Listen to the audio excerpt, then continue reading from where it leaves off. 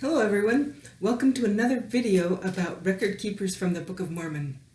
Let's start out by reviewing the 4 families of record keepers in the Book of Mormon.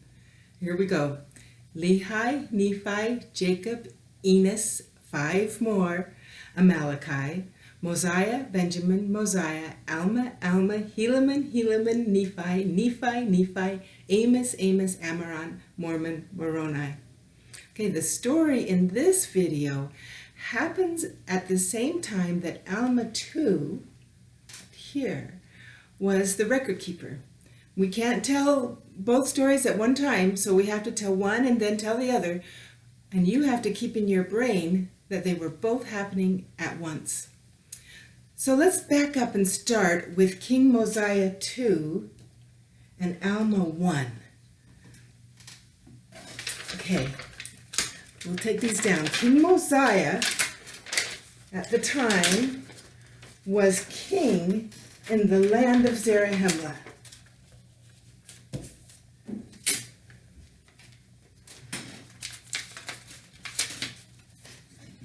And Alma 1 was organizing churches and teaching the gospel all throughout the land of Zarahemla. King Mosiah had 4 sons, and Alma 1 had a son, Alma 2. The 4 sons of King Mosiah and Alma 2 didn't believe in Christ. They went around trying to destroy the church and teaching people things that were wrong. But one day an angel appeared to them and told them to stop. And Alma 2 and the Sons of Mosiah repented and accepted Jesus Christ as their Savior. After that experience, the 4 sons of Mosiah didn't want to be king. And that's when the Nephites decided to have judges instead of having more kings. And Alma 2 became the first chief judge in the land of Zarahemla. But what did the 4 sons of Mosiah want to do? They wanted to go on a mission and teach the gospel of Jesus Christ to the Lamanites in the land of Nephi. And this video is what happens to the 4 sons of Mosiah on their mission to the land of Nephi. And now remember, their mission to the land of Nephi took place at the same time that Alma 2 was the chief judge and high priest of the church in Zarahemla. So the names of the 4 sons of Mosiah are Ammon, I think he was the oldest, Aaron, Omner, and Himni. Now they took some more missionaries with them, and we know 2 of their names that they took with them. Their names were Euloki and Alma. Okay, so let's take down the land of Zarahemla, because they left the land of Zarahemla.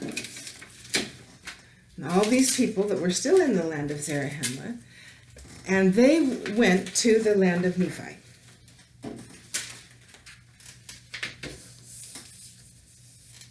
Now, the Book of Mormon says when they got to the borders of the land of Nephi, so that would mean they weren't quite in the land of Nephi yet, but they were close, maybe, that they separated. So they separated and went different directions.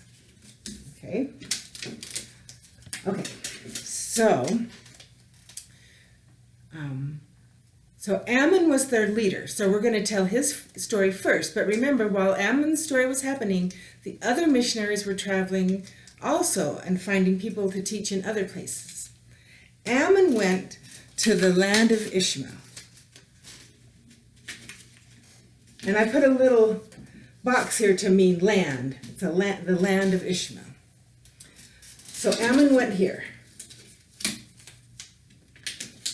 to the land of Ishmael. And he was captured and taken to the king of the land, whose name was Lamoni. This is King Lamoni. Oh, I should show you these. Ammon told the king that he wanted to be the king's servant, and he was assigned to help watch King Lamoni's flocks. And other Lamanites tried to come and steal the flocks. And even though no one else had ever been able to do it, Ammon was able to fight off the robbers and save the flocks. And you might remember that story because Ammon cut off some of their arms with his sword. Well, when the king learned about what Ammon had done, he thought Ammon must be a god because it was such an amazing feat. And this, of course, was not true, but it gave Ammon a chance to explain the gospel to King Lamoni. And King Lamoni, his wife, and many of his servants and his people believed Ammon's teachings and believed in Jesus Christ. And Ammon was able to establish the church in the land of Ishmael. Now, Lamoni wanted Ammon to go to the land of Nephi. And I think there was a city of Nephi, and I think that was where the king of all of the Lamanites lived, who was Lamoni's father. However, God told Ammon he needed to go someplace else. He needed to go to the land of Middoni because Aaron and Middoni and Alma were in prison in Middoni. So, this is Middoni. So when Ammon told King Lamoni that he needed to go to Middoni because the missionaries were in prison there, Lamoni said that he would go and help. So Ammon and Lamoni started out traveling to Middoni, and on their way, they ran into Lamoni's father, who I call the old king. So Ammon and Lamoni are on their way, and they run into the old king. And the old king was mad at Lamoni for hanging out with a Nephite. But Ammon was able to prove to the old king that he was a true friend to Lamoni and that he was not the old king's enemy. And this impressed the king so much that he wanted Ammon to come with him to his land and teach him. So now I'm going to leave the story of Ammon right there.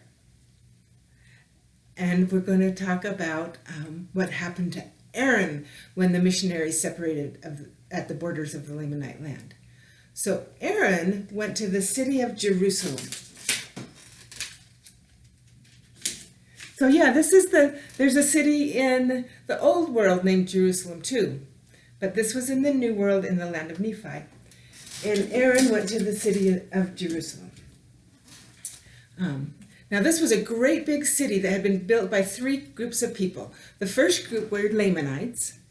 The second group were Amalekites. And the Book of Mormon doesn't tell us clearly, but I think that they are the Nephites who followed Amlici, and Amlici who wanted to be king and fought against Alma too. And then the third group of people were the people of Ammon, and you might remember Ammon was one of the priests of wicked King Noah. So Aaron tried to teach these people in the city of Jerusalem about Christ, but it only made them really angry. And Aaron figured out that they wouldn't listen, so he left the city of Jerusalem, and he went to a little city called Anti-Nephi. Actually, the Book of Mormon calls it a village. So he went to Anti-Nephi, and guess who he found there? Middoni and Alma were there. So when they left the borders of the land of Nephi, they traveled around teaching, and they were in Anti-Nephi when Aaron got there. And also some other missionaries. While Ammon was teaching in the land of Ishmael and meeting up with the old king, Aaron was teaching in Jerusalem and traveling around, and they ended up here. And I'm not sure where Amner and Himni taught. Maybe they were with these missionaries, and maybe they were teaching in other places. Anyway, the people in the village of Anti-Nephi wouldn't listen. So the missionaries left, and they went to the land of Middoni.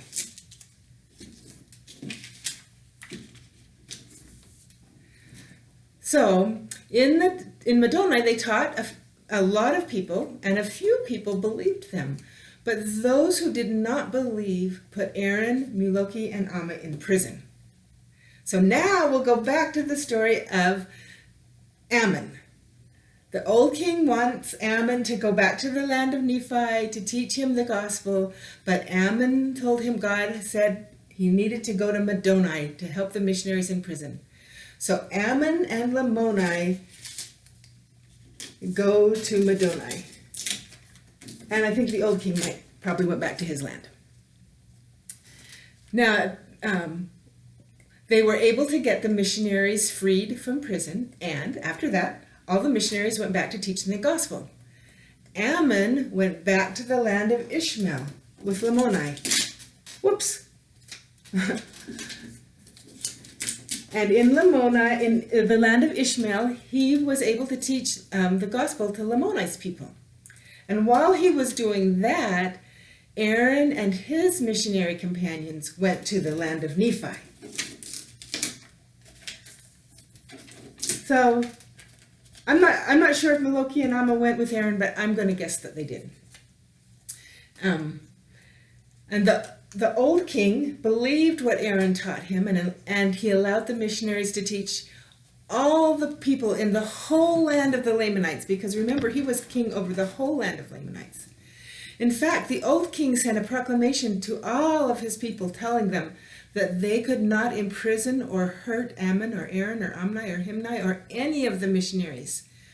So the missionaries went from city to city, establishing churches in the land of Nephi. And thousands learned about Jesus Christ, and many Lamanites were converted. Now, those who were converted wanted a new name. They didn't want to be called Lamanites anymore. And their new name was this: Anti-Nephi-Lehi. Now, this is a really interesting name. I think it means that they were the people of Lehi and Nephi because they believed the gospel of Jesus Christ that Lehi and Nephi had taught. Those who were not converted, especially the Amalekites and the people of Ammon from the city of Jerusalem, were really angry at those people who believed the missionaries. And they started getting ready to go to war against the Anti-Nephi-Lehis. But the Anti-Nephi-Lehis decided that they had already spent too much time fighting and killing people, and they didn't want to fight anymore. They were so serious about it that they buried their weapons of war. When the Lamanites came to attack them, the Anti-Nephi-Lehis laid down on the ground and allowed themselves to be killed. Now, when the warriors saw that, some of them threw down their weapons and wouldn't fight anymore either. But many of the Lamanites joined the people of God and were converted to the gospel. But some of the people were still really, really angry and just wanted to kill the Anti-Nephi-Lehis. But the Anti-Nephi-Lehis still would not fight, and more of them were killed. Now, when Ammon and the missionaries saw that the new believers were being killed, they were very, very sad. And they told the Anti-Nephi-Lehis that they should leave the land of Nephi and move to the land of Zarahemla, where they would be safe. And so that's what they did. So let's take down all of this part about the land of Nephi.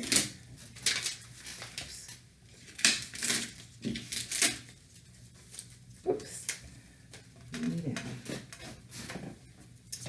Because Ammon and the Anti-Nephi-Lehis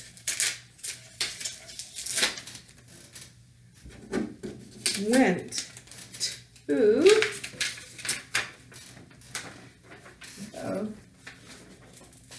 the land of Zarahemla. Okay, so they're traveling, Ammon and Aaron and Amni and Himni and Miloki and Alma and all the Anti-Nephi-Lehis. They're all traveling back to the land of Zarahemla, and guess who they run into? Alma too. I don't think he's chief judge anymore. Alma too, who was out traveling around Zarahemla teaching people. And guess what? When they met up, they were so happy to see each other again. And Alma was really happy to see that they'd had success in teaching some of the Lamanites the gospel. The Anti-Lehi Nephites were welcomed into the land of Zarahemla, and they were given a place to live called the land of Jershon.